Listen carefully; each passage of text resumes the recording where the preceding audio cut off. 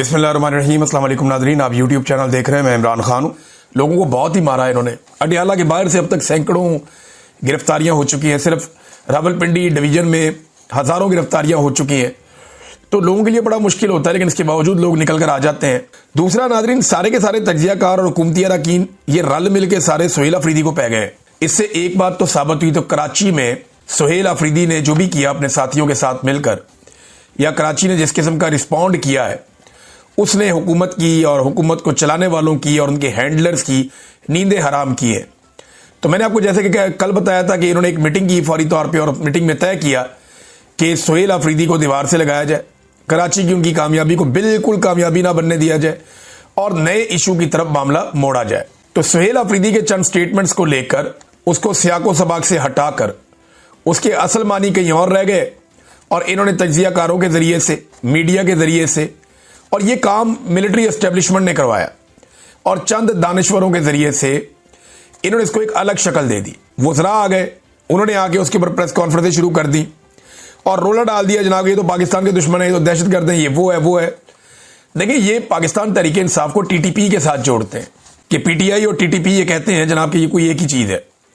इमरान खान साहब के दौर में अगर ये एक ही चीज होती तो क्या इमरान खान साहब के दौर में तहरीक तालिबान पाकिस्तान कलअदम रहती या ना रहती? इमरान खान के दौर में तहरीक तालिबान पाकिस्तान कलअदम ही थी, उसके ऊपर पाबंदी जारी रही। इमरान खान ने कभी भी इनके साथ कोई मामला नहीं किया कि इनको लेकर आओ वापस, और इमरान खान ये नहीं कहता कि दहशतगर्दों से मुज़ाकरात करने हैं। इमरान खान ये कहता है जो लोग दहशतगर्दी से मुतासिर हैं उनके साथ मुज़ाकरात करने हैं, जो लोग दहशतगर्दी से तंग हैं उनके साथ मुज़ाकरात करने हैं। दहशतगर्दों से कौन मुज़ाकरात करता है? जिसने हथियार उठाया हुआ है, जो पागलपन का शिकार है, जो बम धमाके करता फिर रहा है, जो इंसानों को कत्ल कर रहा है, उससे कौन बेवकूफ मुज़ाकरात करेगा?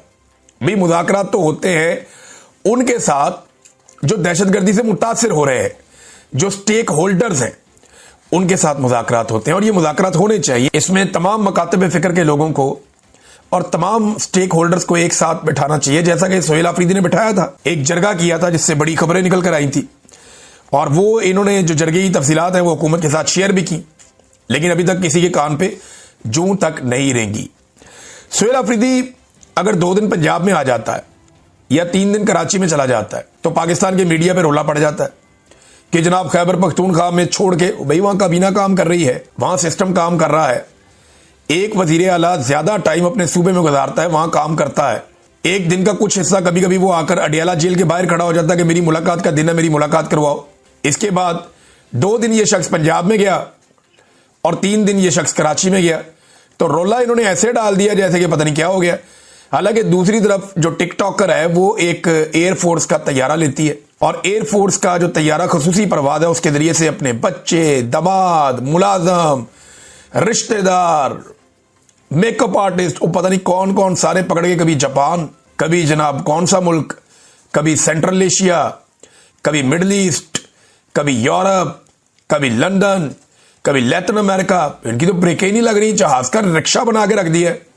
वहां कोई नहीं पूछता कि जनाब हफ्ते हफ्ते, 1.5 हफ्ते के टूर कौम के पैसों पे लग रहे हैं, वहां कोई सवाल नहीं पूछता।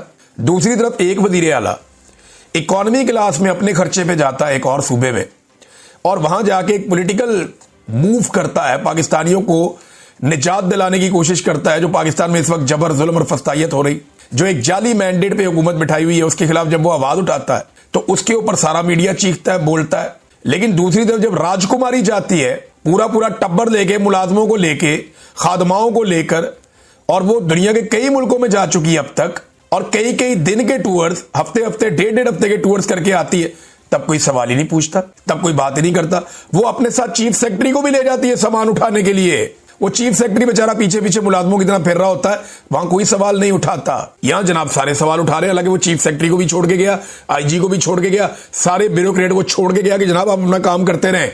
ये एक बड़ी अजीबोगरीब और एक मुनाफिकत है पाकिस्तान की मीडिया की, जो पाकिस्तान तहरीक इंसाफ के मामले में पाकिस्तान का मीडिया दिखा रहा है। नाजरीन, एक और पाकिस्तान में कट्टा खोला हुआ है सबने मिलकर, और सहाफियों के जरिए ये कट्टा खोला गया। कुछ सहाफी इस कट्टे को खोलते हैं, कुछ इसको बांध देते हैं। कुछ कहते हैं जी एक नया वंडर बॉय लाया जाएगा, कुछ कहते हैं जी कोई नया वंडर बॉय नहीं आएगा, कुछ कहते हैं जी शहबाज शरीफ को चंद महीने का टाइम मिल गया, शहबाज शरीफ की छुट्टी होने वाली है, लिहाजा नया वजीर आजम लाया जाएगा, उसके बाद या कोई कौमी हुकूमत बना दी जाएगी। ये सब आपको बेचने के लिए सौदा है, ये तवज्जो भटकाने की कोशिश है। ये सारे ना एक दूसरे की इंश्योरेंस पॉलिसी है। आसिम मुनीर को शहबाज शरीफ जैसा वजीर आजम मिल ही नहीं सकता। ऐसा शानदार खुशामदी वजीर आजम जिसने अक़वाम मुत्तहिदा में खड़े होकर भी नाम लिया, वो नहीं मिल सकता शहबाज शरीफ को, सवाल ही पैदा नहीं होता। आसिम मुनीर को ऐसा वजीर आजम नहीं मिलेगा, जो मर्जी चिराग लेके ढूंढे, इतना खिदमत गुजार आदमी नहीं मिलेगा। तो इसको क्यों छोड़ेगा वो? दूसरी बात यह है कि शहबाज शरीफ को आसिम मुनीर जैसा आर्मी चीफ भी नहीं मिलेगा कि 17 सीटों से उठा के वजीर आजम पाकिस्तान बना दिया, और ना सिर्फ 17 सीटों से उठा के पहले वजीर आजम पाकिस्तान बनाया, फिर उसके बाद आहिस्ता आहिस्ता आहिस्ता आहिस्ता करके सादा अक्सरियत भी दिलवा दी। और अगर इसी तरह हालात रहे तो ये 2/3 अक्सरियत भी दिला देंगे।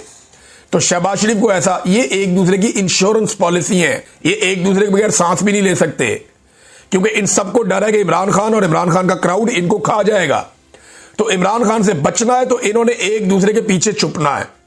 मिलिट्री एस्टेब्लिशमेंट ने इन्हीं सियासतदानों के पीछे छुपना है, और इन्हीं सियासतदानों ने मिलिट्री एस्टेब्लिशमेंट का सहारे चलना है। इसके अलावा इनके पास रास्ता कोई नहीं है। अब ये वंडर बॉय कहां से आएगा? भाई वंडर बॉय कहता है, कोई बंदर बॉय कहता है, कोई कहता है जी लफंडर बॉय कहता है, कोई जनाब मुझे अभी मैं एक और डंगर बॉय भी सुन रहा था मैं। ये सारे काम डंगरों वाले ही हो रहे हैं पाकिस्तान में।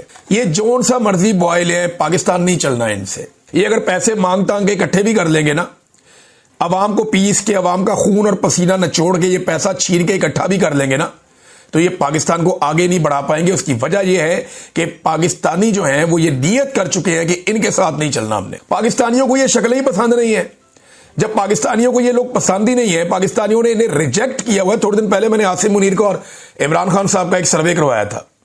मैं ये कहता हूं जो सबसे तगड़ा अकाउंट है ना एस्टेब्लिशमेंट का, वो भी सर्वे करवा कर देख ले, इमरान खान का मुकाबला आसिम मुनीर, तो आपको लग पता जाएगा कि 5% लोग भी नहीं खड़े होंगे। 28,000 में से हमें सिर्फ 2 बंदे मिले थे मेरे अकाउंट पे। 28,000 वोटों में से सिर्फ 2 बंदे मिले थे जिन्होंने पसंद किया था आसिम मुनीर को, बाकी बंदे इमरान खान को पसंद कर रहे थे। तो ये सर्वे आप खुद करवा के देख लें, इदारा करवा कर देख लें। तो लोगों ने जिन लोगों को रिजेक्ट कर दिया ना, जिस हुकूमत को रिजेक्ट कर दिया, जिन शक्लों को रिजेक्ट कर दिया, उनके साथ लोग अब नहीं चलने के। लोग पाकिस्तान से पैसा भी निकाल कर लेकर जा रहे हैं, लोग खुद भी पाकिस्तान छोड़ छोड़ कर जा रहे हैं।